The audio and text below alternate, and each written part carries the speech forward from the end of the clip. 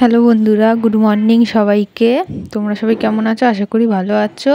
আমিও ভালো আছি। আমি এখন ঘুম থেকে উঠলাম। আমি আজকে ব্লগটা এখান থেকেই শুরু করছি। আমি সারাদিন কী কী করি দেখতে থাকো। কেউ কিন্তু স্কিপ করে দেখবে না, পুরোটা দেখার অনুরোধ রইল। তারপর আমার বোন আমার আগে উঠে পড়েছে। উঠে ঠাকুরের বাসন মাজছি কলপারে বসে। ওর আবার স্কুল আছে। আমি বললাম ঠাকুরের বাসনটা মেজে রাখ, আমি পুজো দিয়ে দেবো। তারপরে চলে এসেছি রান্নাঘরে। এখানে আলু ভাজা হবে, ওর জন্য মা আলু কেটে দিয়েছে, এবার ভাজবো। সকালে কটা পান্তা ভাত রয়েছে, পান্তা ভাত দিয়ে কটা খাবো, আর কটা দুপুরের জন্য রেখে দেবো আলু ভাজা। আমার তো এরকম সরু আলু ভাজা ভালো লাগে, আমার বোন আবার গোল আলু ভাজাটা ভালো খায়। আর এইদিকে মিস্ত্রিরা কাজে লেগেছে, চা বসিয়ে দিয়েছি। আলু ভাজা এরকমই একটা জিনিস বেশিরভাগ মানুষই খুব ভালো খায়, আমার তো খুব ভালো লাগে আলু ভাজা খেতে। আলু ভাজা বলে না, আলু সব কটা রেসিপি আমার প্রিয়। আর এইদিকে প্রেসারে ডাল সিদ্ধ বসানো, প্রেসারটা না খারাপ, জল পড়ে। এই যে আলু ভাজা হয়ে গেছে। এইদিকে ওই কড়াইয়ের তেলের মধ্যে একটু তেল দিয়ে দিলাম। তারপরে দুটো পটল ছিল, এই পটল দুটো ভেজে নিচ্ছি। আরও অনেক কটা পটল ছিল, দেখি কি পেকে গেছে পুরো, এগুলো খাওয়ার মতো না। এই দুখানা ছিল, এটা ভেজে রাখলাম। এই যে পটল আর আলু ভাজা হয়ে গেছে। তারপর কড়াইতে দিয়ে দিয়েছি সরিষার তেল, তেলের মধ্যে গোটা জিরা তেজপাতা ফোড়নে দিয়ে দেবো। আজ আবার অনেক দিন পর রান্নাঘরে আসলাম। তারপরে কেটে ধুয়ে রাখা এই আলু আর গাঁঠি কচুটা এবার তেলের মধ্যে দিয়ে দেবো। 4 দিন পর আবার আসলাম রান্নাঘরে। তারপরে দিয়ে দেবো হলুদ, তারপরে দিয়ে দেবো পরিমাণ মতো লবণ। এবার গাঁঠি কচু আর আলুটাকে ভালো করে ভেজে নিতে হবে, কারণ গাঁঠি কচুটা আগের থেকে আমি সিদ্ধ করিনি। সিদ্ধ করা থাকলে অত ভাজতে হয় না, কিন্তু সিদ্ধ করা নেই, তো তার জন্য ভালো করে একটু ভেজে নেব, নয় সিদ্ধ হবে না। ভালো করে ভেজে নিয়েছি। এবার এখানে জিরে আদার কাঁচা লঙ্কা বাটাটা আছে, এই বাটাটা এবার দিয়ে দেবো ওই গাঁঠি কচু আর আলুর মধ্যে। তোমাদের কার কার কোন কচু ভালো লাগে খেতে? আমার তো কচুর মধ্যে গাঁঠি কচুটা ভালো লাগে। এই দেখো কষিয়ে নিয়েছি ভালো করে মশলাটা।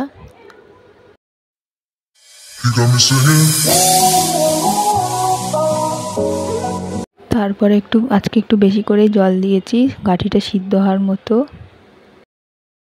দেখো ঝোলটা ফুটে এসছে, আর একটু ফুটলে তরকারিটা নামিয়ে নেব। তরকারিটার মধ্যে অল্প একটু চিনিও দিয়েছি, তোমাদের এটা দেখাতে পারিনি, তাহলে কি স্বাদটা ব্যালেন্স থাকবে। হয়ে গেছে, তরকারি নামিয়ে নিয়েছি। স্নান করে আসলাম, এখন বাজে, আজকে দেরি হয়ে গেল, এখন বাজে 11:30টার বেশি।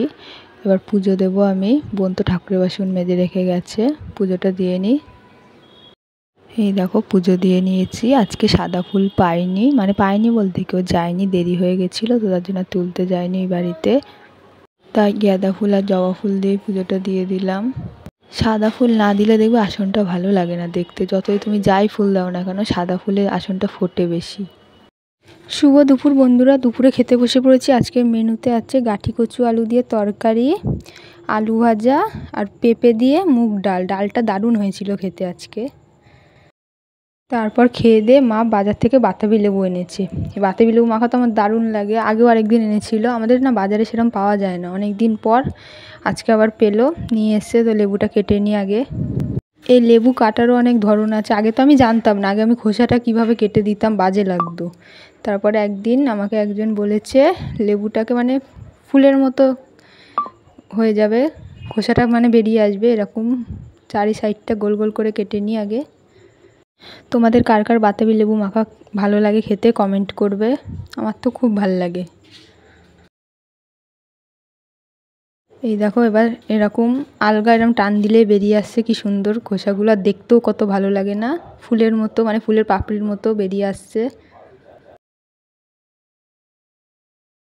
পুরো খোসাটা আমি ছাড়িয়ে নিয়েছি, এবার লেবুটাকে বের করে নেব। আগের দিনের লেবুটা একটু বড় ছিল, আজকের লেবুটা একটু ছোট।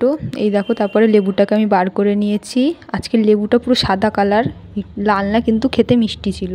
তারপরে দুটো শুকনো লঙ্কাও পুড়িয়ে নিয়েছি, আজকে শুকনো লঙ্কা দিয়ে মাখবো। তারপরে দিয়ে দেবো পরিমাণ মতো লবণ, তারপরে দিয়ে দেবো পরিমাণ মতো চিনি। এমনি লেবুটা মিষ্টি ছিল, তার জন্য বেশি চিনি দিইনি। এবার লঙ্কাটা ডলে ভালো করে মেখে নেব। দুটো লঙ্কা দিয়েছি, কারণ বেশি ঝাল হয়ে গেলে না আমার বোন ঝাল খেতে পারে না একদম, ওর জন্য দুখানা শুকনো লঙ্কাই দিয়েছি পুড়িয়ে। আগের দিন কাঁচা লঙ্কা দিয়ে মেখেছি, ওইটাও ভালো হয়েছিল। আজকে শুকনো লঙ্কা দিয়ে মাখি, দেখি কিরম লাগে খেতে। এখন ভয়েস দিচ্ছি, এখন মনে হয় আমার জিভ থেকে জল পড়ছে। যে কোনো মাখা বলো বা যে কোনো তরকারি বলো, তুমি যদি পরিমাণটা ঠিক দাও স্বাদ এমনি এসে পড়বে। আর সব কিছুর পরিমাণ একদম ঠিক হয়েছিল, এই দেখো। কিন্তু কালারটা দেখে ভক্তি আসছে না লেবুটার। শুভ বিকেল বন্ধুরা, দেখো বিকালবেলা কত মেঘ করেছে আকাশে, আর ছিটাফোঁটা বৃষ্টিও হচ্ছিল। আর আমার বোনের জন্য আমি লেবু মাখা রেখে দিয়েছি, ও স্কুল থেকে এসে খাচ্ছে। ও তো আবার এই টুকিটাকি খাওয়ার মাস্টার, ওর জন্য আমি আগেই খেয়ে নিয়েছি, এটা দেখাতে পারিনি তোমাদের। খেয়ে দিয়ে ঘুমিয়ে পড়েছিলাম। এই যে তারপরে 5টা বাজে, আমার বোনকে আমি এখন পড়তে দিতে যাচ্ছি। পাশেই তো পড়তে যায়, বাড়ি থেকে 2-3 পা হাঁটলেই দিয়ে আসি ওকে পড়তে। শুভ সন্ধ্যা বন্ধুরা, এতক্ষণ ওই বাড়ি ছিলাম, ওই বাড়ির থেকে এখন আসলাম, এসে সন্ধ্যা দিচ্ছি। আমার বোন তো এখনও আসেনি পড়ার থেকে, ওর জন্য আমি সন্ধ্যাটা দিচ্ছি। ও এসে খাবারটা দিয়ে মানে পুজো দিয়ে দেবে, খাবার দেবে, আমি শুধু সন্ধ্যাটা দিচ্ছি। রবিবারটা বোন সন্ধ্যে দেয়, তাছাড়া বাদবাকি দিন আমিই দিই, কারণ ও তো আসতে দেরি হয়ে যায় না, অতক্ষণ সন্ধ্যা পেরিয়ে যায়, ওর জন্য আমিই দিয়ে নিই সন্ধ্যাটা। তারপর চলে আসলাম সন্ধ্যাবেলা ম্যাগি করতে। আমার বোন তো বলছে আজকে ম্যাগি খাবে না। তারপরে আমি বললাম একসাথে করি, ওর জন্য দেখো কত জল দিয়ে দিয়েছি। আমি ভাবছিলাম দুটো করব তো ঠিক মানে জলটা হয়ে যাবে, মানে শুকিয়ে যাবে দুটোর পরিমাণে জলটা নিয়েছি, কিন্তু জলটা বেশি হয়ে গেছে, তাই দুটো করছি। বোনকে এখান থেকে অল্প একটুখানি দিয়ে দেবো, ম্যাগিও খাবে না বলছে, তা বললাম অল্প একটু দেবো। আর দেখো ঝোলটা অনেক হয়ে গেছে, অতিরিক্ত বেশি হয়ে গেছে, এই যে বোনেরটা আর আমারটা। আমার বোন ঝোল ভালো খায় ম্যাগির, কিন্তু আমি ভালো খাই না ঝোলটা, ওর জন্য আমার কাছে অতিরিক্ত হয়ে গেছে। আর ম্যাগিটা না বেশি সিদ্ধ হয়ে গেছে, অনেক জল দিয়েছি তো। আর আমার ম্যাগি না বেশি একদম কাদা কাদা হয়ে গেলে ভালো লাগে না, একটু শক্ত শক্ত থাকবে। যাক গিয়ে বেশি হয়ে গেছে, আর কী করা যাবে বলো। তো বন্ধুরা, আমি আজকে ভিডিওটা এখানেই শেষ করছি, বেশি বড় করলাম না। তোমাদের কেমন লাগলো তোমরা কমেন্টে জানিও। সবাই ভালো থাকবে, সুস্থ থাকবে, টাটা সবাইকে।